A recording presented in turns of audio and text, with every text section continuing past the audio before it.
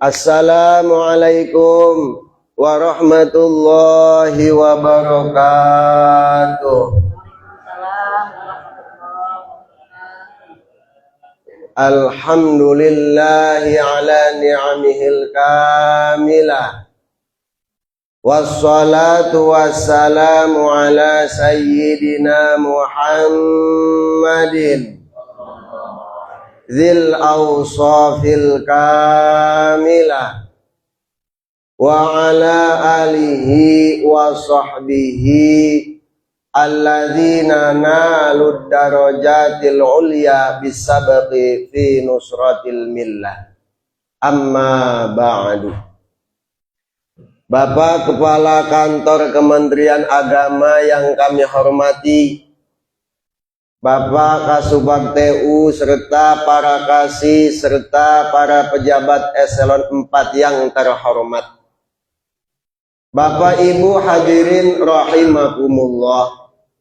Puja puji syukur marilah kita panjatkan kepada Allah yang Maha Ghafur, yang mana atas perkenannya lah pada pagi hari yang cerah ini kita bisa berkumpul bersama dalam rangka menunaikan salah satu kewajiban kita, yang mudah-mudahan kumpulnya kita, silaturahminya kita menjadi wasilah turunnya rahmat dan keberkahan dari Allah Subhanahu wa ta'ala.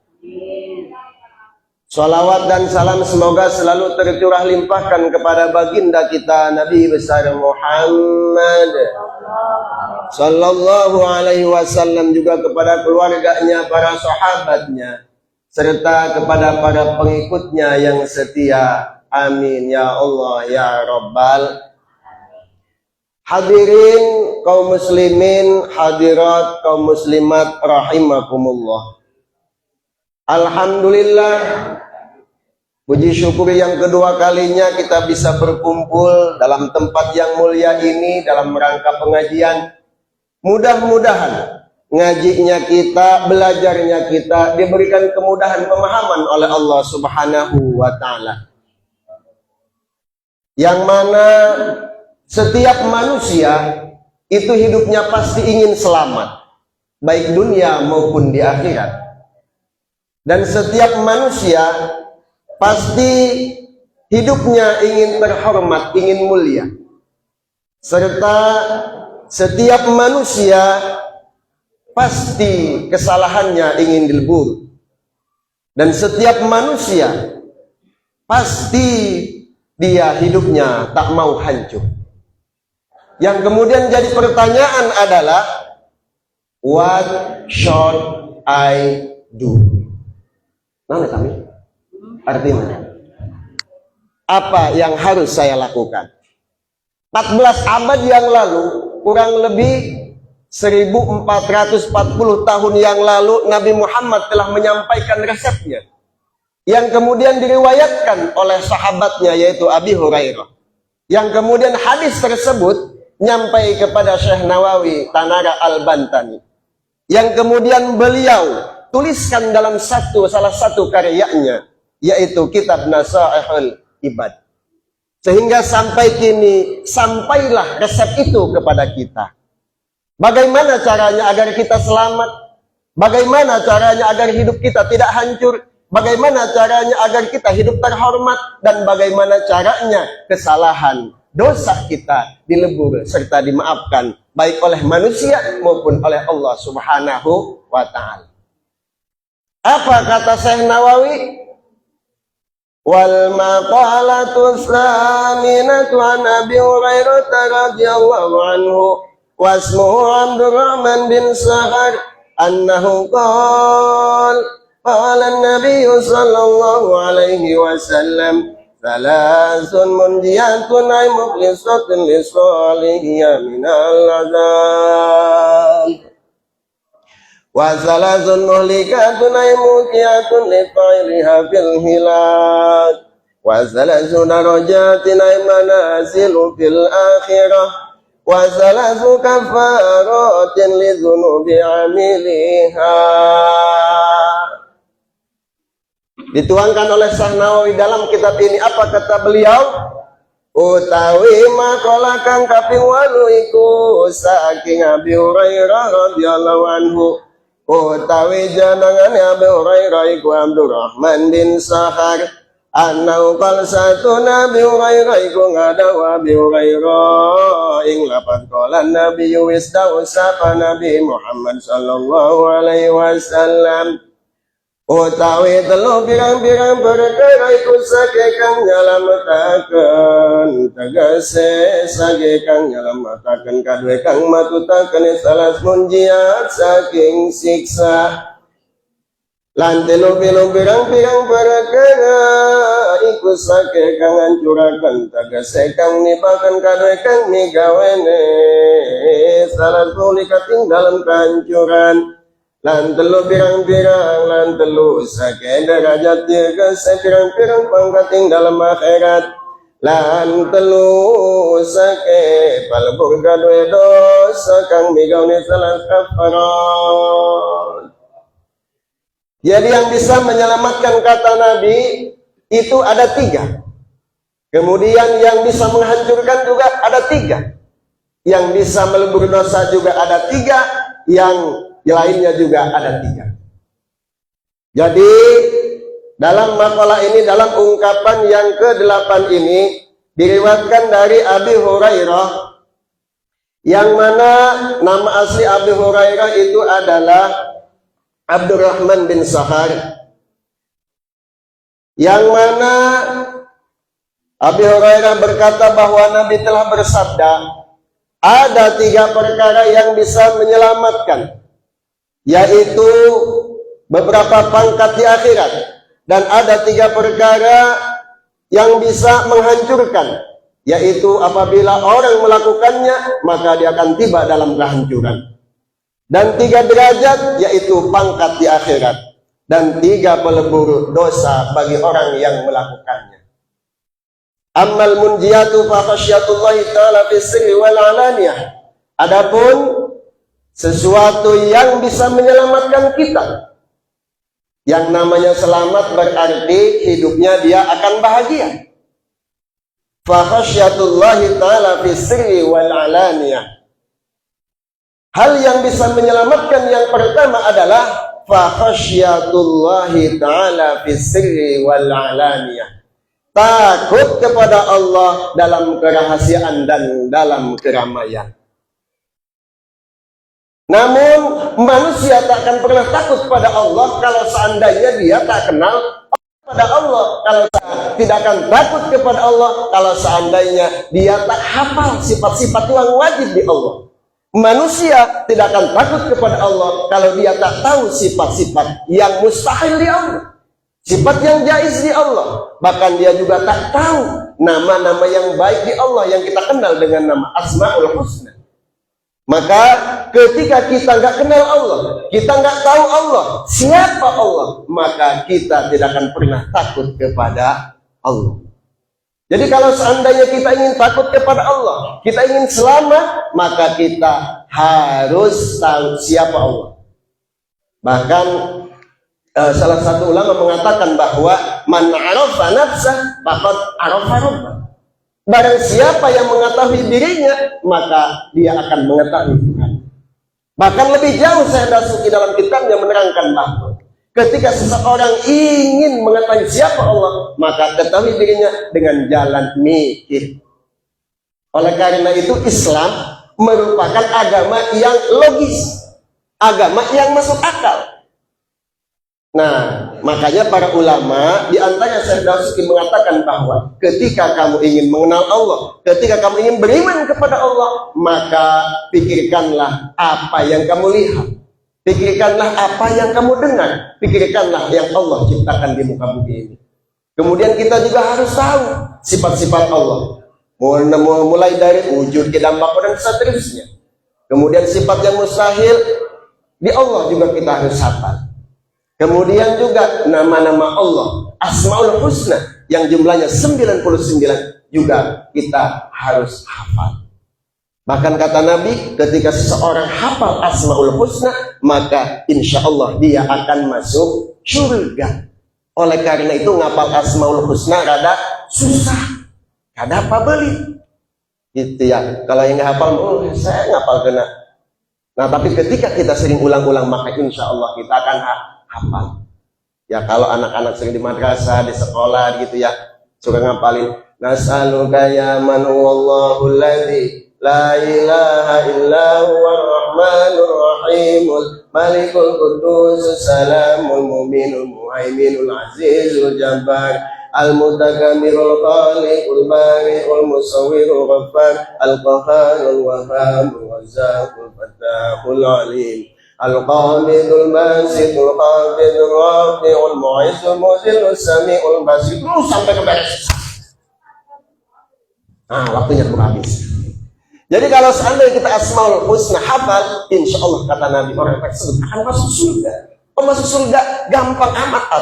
Asmaul Husna masuk surga. Sok menghafalkan dan kemudian cermati apa artinya, sehingga kita akan yakin, kita akan takut kepada Allah. Ketika seseorang takut kepada Allah, maka otomatis dia akan masuk surga. Namun selanjutnya kata Syekh Nawawi, mana ini? Qaddima sirru li anna taqwallahi fi a'la darajah. Takwa kepada Allah dalam kerahasiaan itu lebih diutamakan, karena takwa kepada Allah dalam kerahasiaan itu merupakan derajat yang paling tinggi. Kebanyakan orang biasanya ketika banyak orang sholat, Allah kelihatan sangat khusyuk. Bahkan baca bismillah pun Bismillahirrahmanirrahim. Bagus. Tapi ketika kita sholat sendiri, yuk kita berkaca masing-masing. Bismillah, Al-Fatihah, bredel. Baca ketika ruku, bredel. Bismillahirrahmanirrahim. Allahu Akbar. Allahu Akbar. Berarti menandakan bahwa kita belum takut kepada Allah. Sedangkan ketika orang sudah takut kepada Allah, maka ketika dalam kerahasiaan, ketika dia sedang sendiri, maka dia seperti itu. Bahkan lebih khusyuk. Ketika banyak orang, maka dia pun seperti itu, biasa saja. Contoh kita, ketika mau kondangan, bukan karena kelihatan pengen orang, pengen kelihatan sama orang. Tetapi ketika di rumah, kita pakaiannya biasa-biasa saja. Bahkan tidak mementingkan, bahkan tidak menutup aurat. Bahkan ketika ada seseorang yang ketika dalam keadaan sepi di kantor, nggak ada orang nih, waduh ada uang nih, di mana dilatih, dia ambil dah. Mumpung nggak ada orang nih, berarti dia nggak takut sama Allah. Tapi ketika ada orang rame, dia nggak mau ambil, takut ada orang. Berarti menandakan bahwa orang tersebut belum takut dan belum takwa kepada Allah Subhanahu wa Ta'ala. Yang selanjutnya, mana ini? Yang kedua ya. Yang kedua, wal qasdu fil faqri wal ghina. Yang kedua adalah bercita-cita, berkeinginan hidup dalam kefakiran dan kekayaan. Yang mana ketika kita ingin selamat, maka kita harus berkeinginan hidup itu fakir jangan, kaya jangan, yang sedang-sedang saja. Artinya hidup sederhana. Terlalu fakir jangan, terlalu kaya jangan, yang sedang-sedang. Kenapa kita nggak boleh terlalu fakir? Karena yang namanya fakir itu kadal fakru ayyakuna kufron. Orang fakir itu akan mendekati kepada kekufuran. Kenapa kufur? So, orang nggak punya pekerjaan, orang nggak punya penghasilan, mau ngapain coba? Ya udahlah, daripada nggak ada kerjaan, mendingan gua sikat aja, gua malu, rampok segala macam. Wal yang lebih lain dalik, karena nggak punya pekerjaan, nggak punya penghasilan. Oleh karena itu kata Nabi, kita harus hidup sederhana. Kemudian kenapa kita nggak boleh terlalu kaya? Karena ketika kita terlalu kaya, maka siapa tahu ada orang yang iri. Sadanya kaya emas sampai sini dipakai, akhirnya kan di jalan dirampok, ketika orang, siapa yang rugi? Nah, kemudian ketika kita rumah terlalu mewah, sangat mewah sekali, maka banyak orang yang akan merasa sakit hati dan iri. Nah, kemudian selanjutnya, ayat tawassutu fil ma'isyah bi allam yujawiz fihal hadda wa radiya bidzalika, yaitu hidup sederhana, pertengahan dalam kehidupan dengan tidak melewati batasan dan dia ridho terhadap kehidupan itu. Jadi hidup sederhana pertengahan saja, biasa-biasa saja. Bahkan dikisahkan Nabi Sulaiman yang sangat begitu kaya, beliau hisabnya sangat sulit karena pertanyaannya banyak. Contoh nih, yang anggarannya triliunan itu pasti ditanyanya panjang. Tapi ketika yang anggarannya 10.000 pasti pertanyaannya pendek. Contoh ketika kita ngasih uang ke anak 50.000, uang dipakai apa aja? Pasti kan jawabannya banyak. Nah, bla bla bla bla bla bla bla bla. Tapi ketika kita memberikan anak uangnya 10.000, 10.000 beli apa? Beli bakso. Habis kan? Nah, oleh karena itu kita harus bercita-cita dalam hidup sederhana ketika kita ingin hidupnya selamat baik dunia maupun di akhirat. Wal adlu fil ridha wal ghadab, yang ketiga adil dalam ridha dan benci. Biaya ghadaba lillah wa yarda liridha, dengan cara kita benci karena Allah dan kita ridho karena Allah. Jika kita ingin selamat, kata Nabi, yang ketiga adalah usahakan benci kita itu karena Allah dan sayang kita itu karena Allah. Bukan kita sayang pada orang karena kecantikannya, bukan kita suka sama orang, sama laki-laki karena kegantengannya. Lihatlah laki-laki dari kesolehannya, kemudian lihatlah perempuan dari kesolehannya juga. Karena yang namanya muka, ya sekarang kita kalau masih muda kelihatan ganteng cantik ya lihat. Tapi ketika udah tua, maka ini muka akan keriput, akan dikurangi nikmatnya. Bahkan gigi pun yang tadinya kita kuat, yang sekarang diambil satu-satu. Mata kita udah dikurangin. Seperti firman Allah dalam surat Yasin, wa man nu'ammirhu nunakishu fil khalq.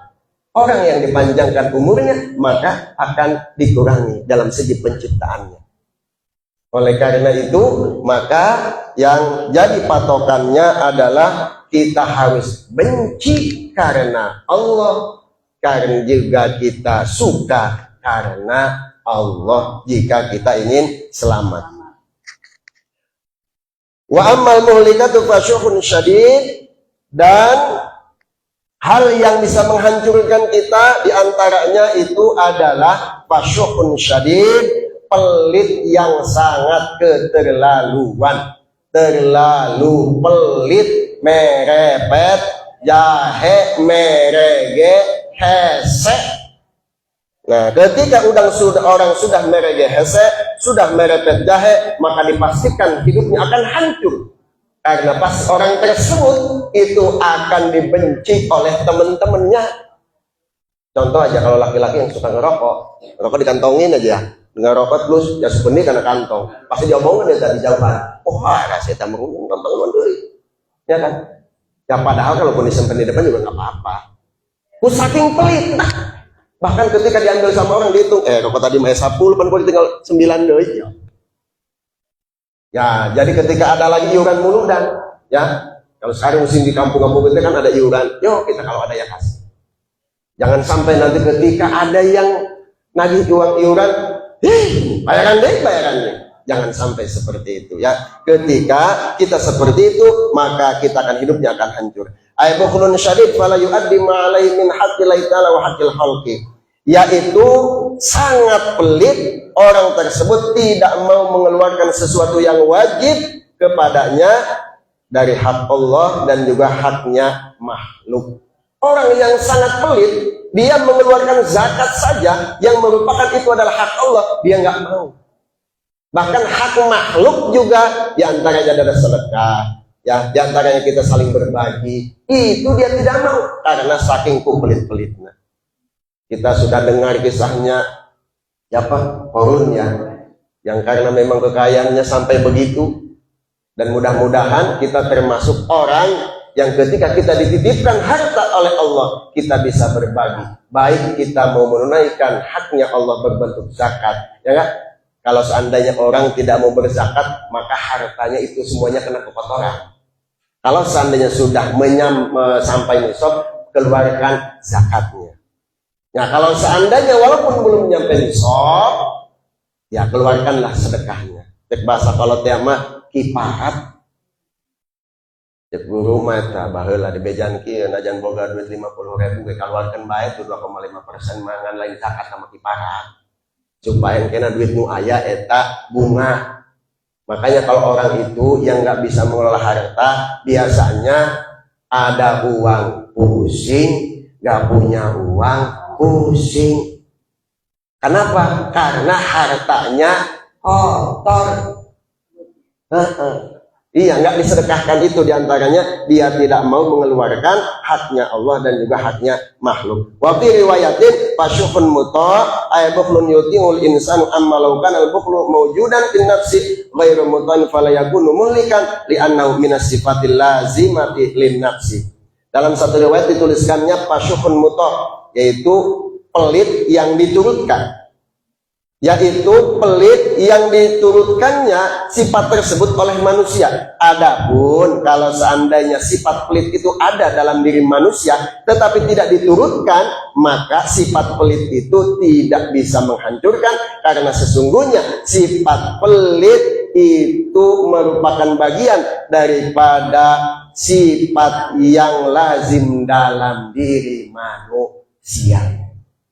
Yang namanya sifat pelit itu mah sifat lazim, emang sudah ada dalam diri kita masing-masing. Ho'ok, dengan luarkan ho'ok itu ho'ok. Cuman kalau seandainya kita turutkan pelit tersebut, itu baru menghancurkan. Tapi kalau seandainya kita pelitnya itu nggak diturutkan, ya contoh pelit orang kaya. Cuman kan ya kadang-kadang orang mau ngasih ada uang 15.000, ada yang minta 5.000. Kemudian akhirnya terjadi. Nah itu yang diturutkan. Tapi ketika kemudian ada perasaan sayang terhadap hartanya, karena memang setiap orang itu pasti sayang sama hartanya. Tetapi ketika kemudian ada orang lain yang membutuhkan, kita kasih, maka pelit tersebut yang ada di kita itu nggak bisa menghancurkan. Jadi pelit yang ada dalam diri kita usahakan jangan sampai diturutkan. Ulah ho'ok baik. Karena yang namanya harta itu para ulama baginya ada 3. Satu diantaranya yang kita makan, yang kita gunakan. Yang kedua yang kita sedekahkan. Yang 3 adalah yang kita tinggalkan. Yang pertama yang kita sedekahkan itu adalah harta kita yang akan menolong kita nanti di yaumil akhir. Kemudian yang kedua, harta yang kita makan itu ujungnya mungkin ada di WC, ada di kita, ya kan? Kemudian harta yang kita tinggalkan itu akan menjadi warisan. Mudah-mudahan yang kita wariskan itu tidak jadi perebutan. Berapa banyak ahli waris yang berebut harta karena ditinggalkan harta oleh keluarganya, tapi tidak dibekali dengan ilmu.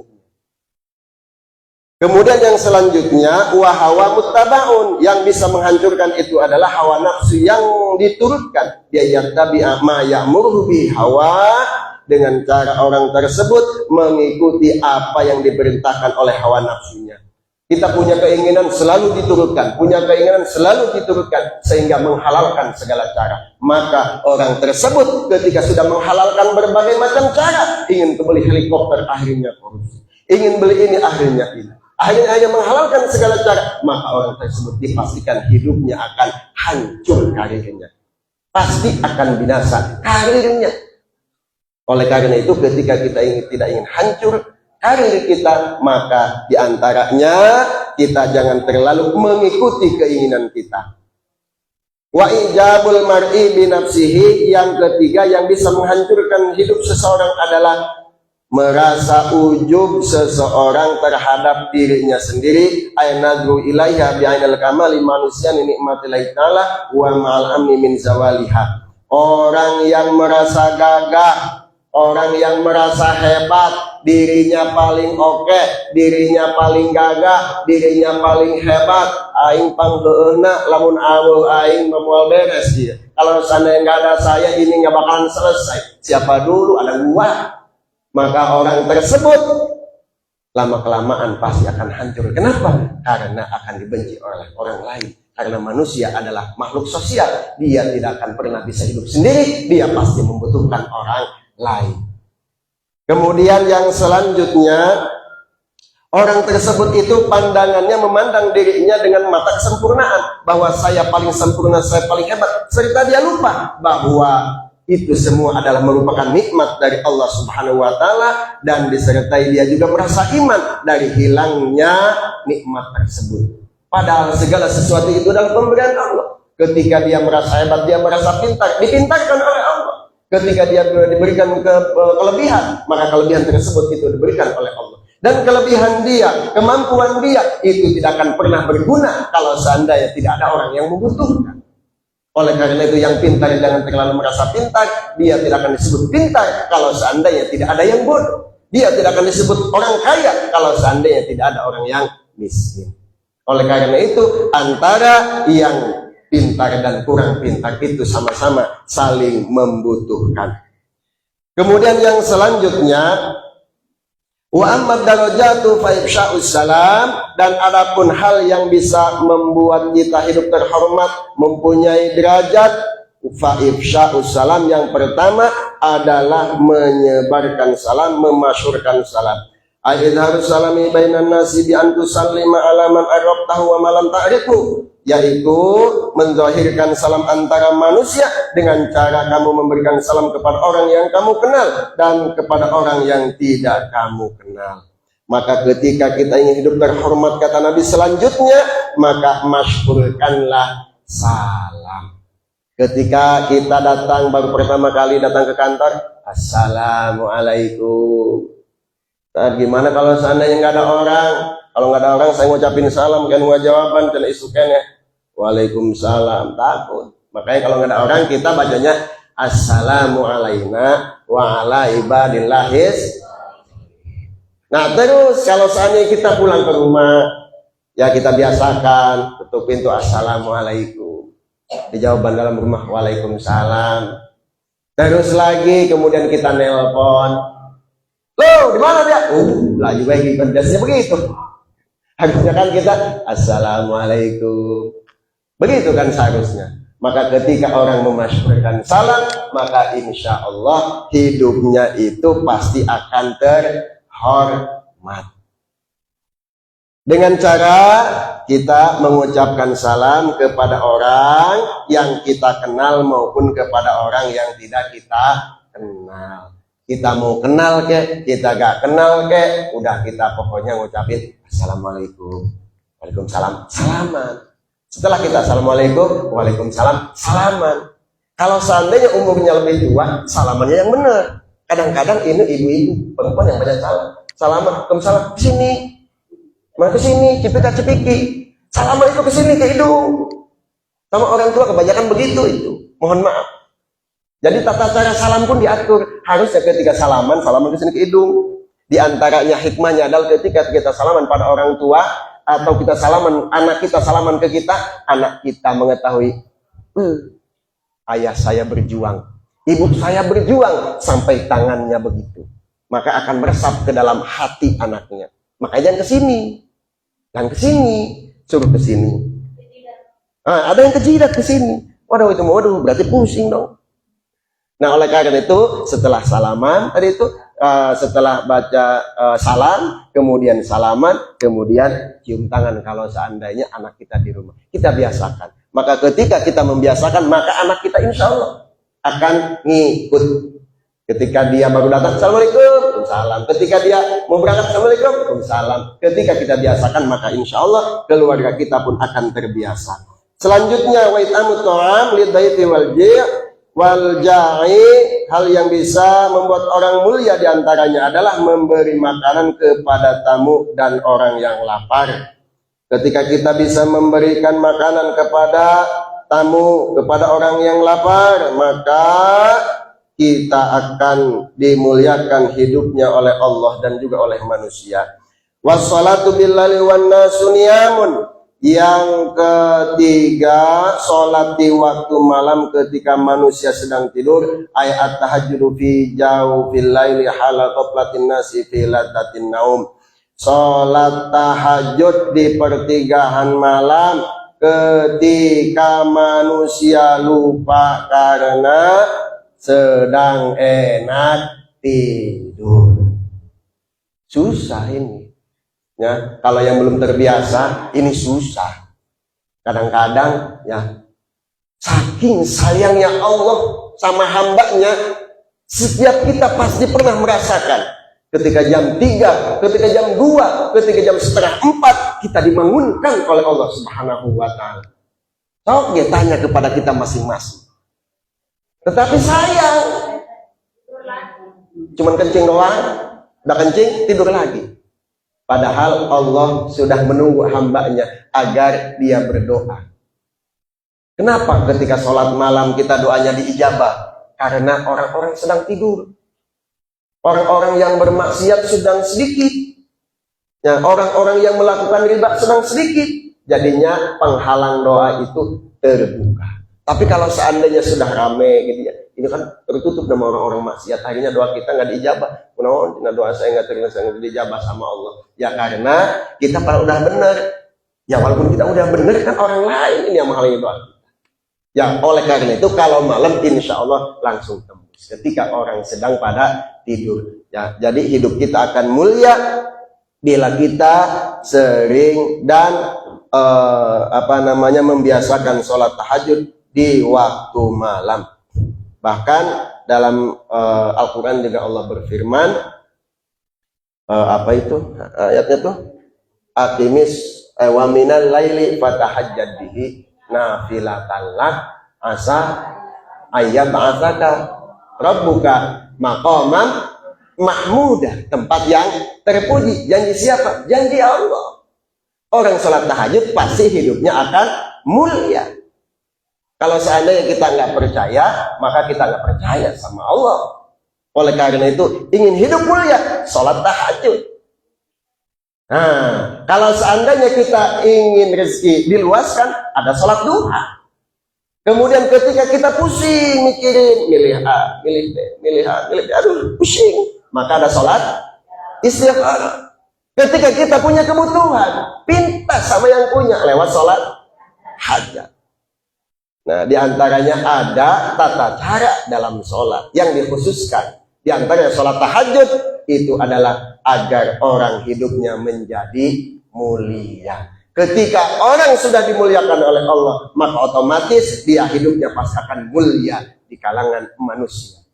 Tetapi ketika bagaimanapun orang sudah memuliakannya, sudah mengau-aukannya, tetapi Allah kalau sudah merendahkan, orang tersebut pasti akan rendah, akan jatuh. Kemudian selanjutnya, wa ammal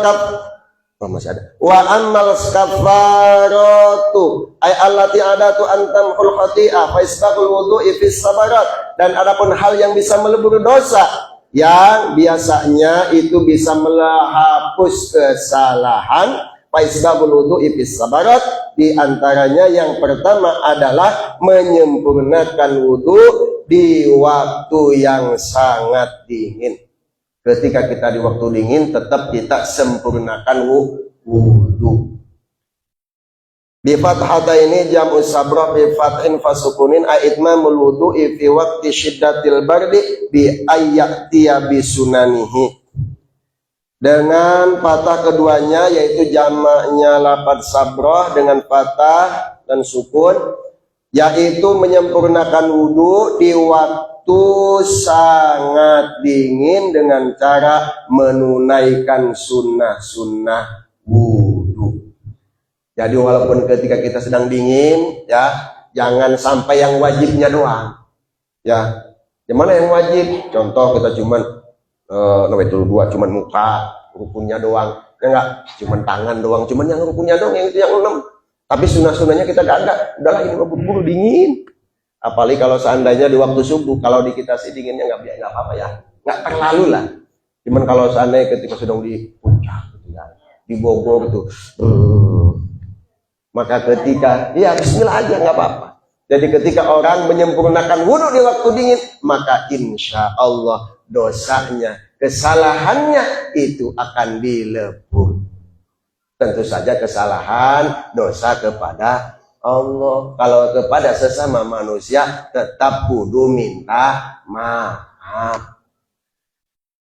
Ini mah jangan nanya udah kudu sama nggak usah minta maaf lah sama Allah. Nggak bisa, kalau hakul adam itu harus minta maaf. Mi, saya punya kesalahan dulu pernah ngomongin Ami. Maafin ya Mi ya. Oh ngomongin apa? Ngomongin anu ya gitu. Tapi saya yakin ketika orang mau meminta maaf dengan sangat ikhlas, maka orang tersebut pasti akan memaafkan. Kebetulan dulu saya waktu kecil, waktu kelas berapa 2 SD, anak yang paling kuat sekali. Ketika ada anak perempuan, ini dongeng Bu ya cerita. Ketika anak perempuan dia pulang sekolah SMP, saya lemparin petasan yang gede. Saya cuma niatnya pinggirnya doang supaya dia kaget. Ternyata petasan itu masuk ke sini, tuh bajunya hancur, dia ininya sobek, luka banyak. Kemudian pas waktu itu kan orang tuanya marah, saya dikejar-kejar, dibawa penjara, anak perawan gelis. Kemudian saya nggak pulang 3 hari 3 malam, maklum masih kecil.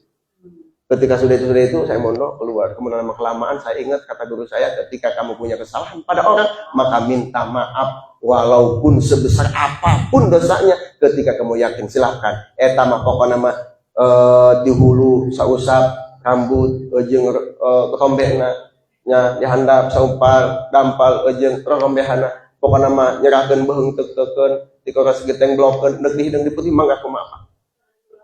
Nggak selalu dibilau, tapi alhamdulillah ketika saya ngomong begitu, orang tersebut masalah tina naon, tina mangga baik. Kan cuman kalau emosi sesaat pertama itu biasa.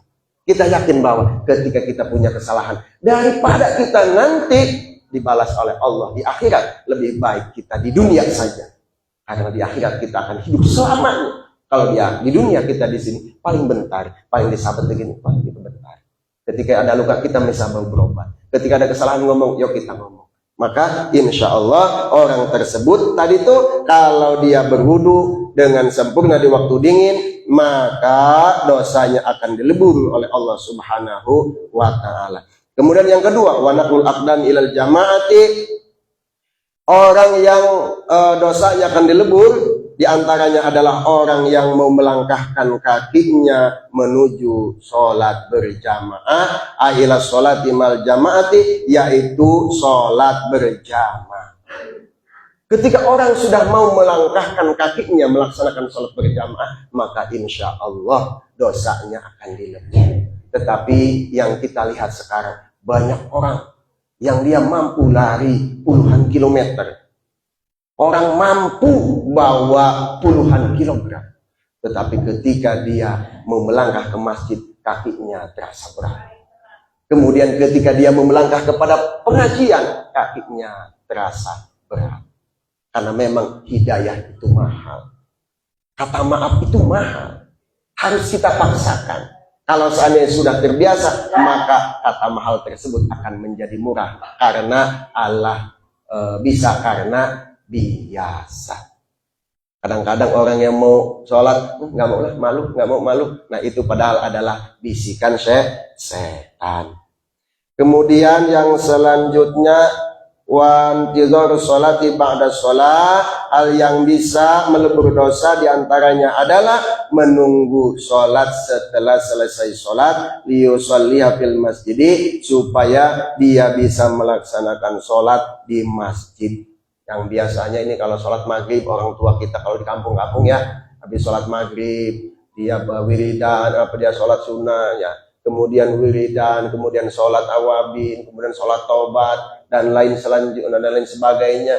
Akhirnya dia menunggu sholat isya, yang kemudian dia sholat berjamaah isya. Mudah-mudahan kita semua nanti ketika sudah pensiun ya, kalau sekarang mah kayaknya mah gitu ya, sudah capek waduh di kantor sekiputan boro-boro nungguan ripuh ku pegawai kayak gitu ya. Mudah-mudahan yang penting ketika kita ada keinginan, maka insya Allah akan dibukakan jalan pintu. Karena masih ada kata Syekh Nawawi jalan yang lainnya. Di antaranya adalah wa misluhu intidharu kulli khairin. Dan yang seumpama dengan ketika kita menunggu salat, kemudian ketika mau salat maghrib adalah intidharu kulli khairin, menunggu setiap kebaikan. Ketika kita di kantor menunggu tamu, nunggu sema, nunggu pekerjaan, nunggu perintah, itu semua ada hal-hal baik. Maka insya Allah dengan cara tersebut dosa kita juga akan diampuni. Karena hal tersebut hal baik. Kita menunggu tamu, Ya enggak? Kita kemudian menunggu orang yang akan kita bantu, ada orang yang akan konsultasi, ada orang yang akan membutuhkan kita. Maka insya Allah hal tersebut juga serupa dengan ketika menunggu sholat, menunggu sholat karena mau sholat. Nah, diantaranya dengan cara berzikir.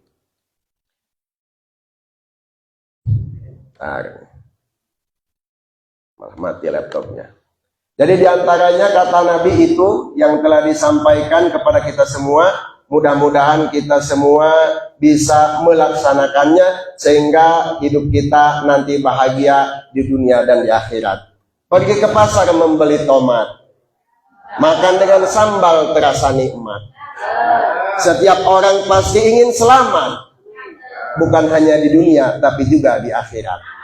Jalan-jalan ke Borobudur, tidak lupa membawa sahabat. Bila tak ingin hidupmu hancur, maka hiduplah dengan terhormat. Bila ingin selamat dunia akhirat, maka jangan mau hancur. Bila ingin mulia hidup terhormat, berarti salah dan dosanya haruslah dilebur. Itu saja yang dapat saya sampaikan. Kurang lebihnya mohon dimaafkan. Apabila ada kata-kata yang salah, mohon dimaafkan karena itu datangnya dari kebodohan dan kesalahan saya sendiri. Adapun itu ada yang benar, itu datangnya dari Allah Subhanahu wa taala. Wallahul muwaffiq ila aqwamit thoriq. Assalamualaikum warahmatullahi wabarakatuh.